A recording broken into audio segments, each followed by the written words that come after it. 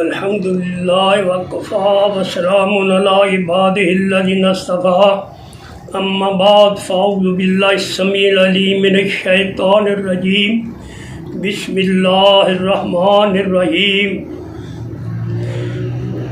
पिछली वीडियो मैं बयान किया सी अकीके के मुतलक अबू दाऊद की हदीस।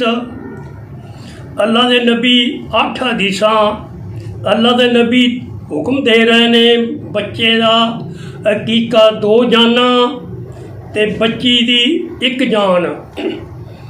ते उनदे विच आखिरी हदीस बयान की सी अल्लाह के नबी ने हज़रत हसन हुसैन का एक कीता मैडा। ये हुण तज़ाद आ गया कौल दे विच ते अमल दे विच। कौल है 2 करो ते अमल अल्लाह के रसूल का भी 1 कीता हसन हुसैन का। हुण तज़ाद मैं दूर कर रहा।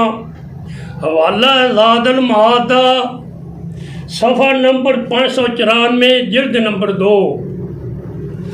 अल्लाह के नबी हुक्म दे रहे ने हज़रत जेड़ा अकीका कीता है हज़रत फातिमा रज़ी अल्लाह तआला अन्हा ने हज़रत हसन हुसैन का उस गोश्त दे विचों 1 रान दाई नूं दे दिओ।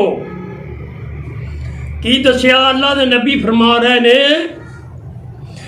हज़रत फातिमा रज़ी अल्लाह तआला अन्हा ने जेड़ा अकीका कीता है।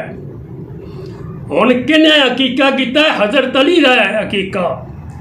उनदे चों 1 रान जेड़ा ये रान 1 दाई नूं दे दिओ।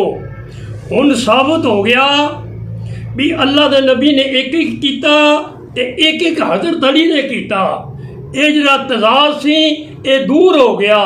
हवाला ज़ादुल मआद जिल्द नंबर 2 सफ़ा 594 ये वेख लैन उलमा ते आपदी ये तसल्ली कर लैन।